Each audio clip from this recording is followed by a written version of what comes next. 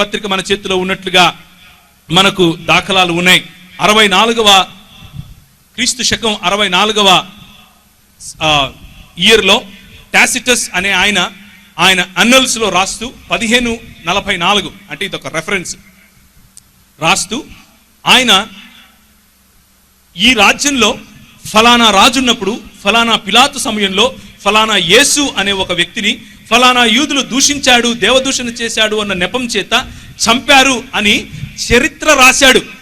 అంటే అప్పటికింకా చూసినటువంటి I witnesses బ్రతికి ఉన్న సమయంలో రాశాడు. బుద్ధునికి రాశాడా? రాయలేదు.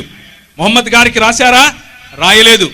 నువ్వు వాడుతున్నటువంటి హేతువాదానికి సంబంధించిన తర్కశాస్త్రాన్ని రాసినటువంటి A is equal to A, A is not equal to non A, A is A and non A are not equal అని చెప్పిన అరిస్టాటిల్ బ్రతికి ఉన్నాడు అని చెప్పగలవా? ఈ స్టాండర్డ్ ఆధారంగా చేసుకుంటే అరిస్టాటిల్కు చరిత్ర లేదు, కానీ అరిస్టాటిల్ నమ్ముతాను. గ్రీకులకు చరిత్ర లేదు, కానీ గ్రీకులను నమ్ముతాను.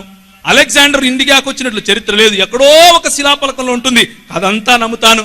కానీ పుట్టలకు పుట్టలు, చెట్లకు చెట్లు, పుస్తకాలకు పుస్తకాలు యేసుక్రీస్తుని గురించినటువంటి చరిత్ర కనిపిస్తే అది చరిత్ర కాదు, అదొక బూటకం. ఇదెక్కడి మానవతావాదం అండి? ఇదెక్కడి హేతువాదం? హేతు కేవలము నీకు నచ్చిన చోటే పెడతావా అని ప్రశ్నించండి. అది యేసుక్రీస్తు మనకు నేర్పినటువంటి పద్ధతి. ప్లైనీ ద యంగ్ 112వ సంవత్సరం, అలాగే జోసెఫస్ యాంటిక్విటీస్ అనేటటువంటి పుస్తకంలో ఒక యూద అంటే క్రైస్తవేతరులు, వీళ్ళందరూ క్రైస్తవులు కాదు, క్రైస్తవేతర చరిత్రకారులు రాసినటువంటి చరిత్ర ఇది.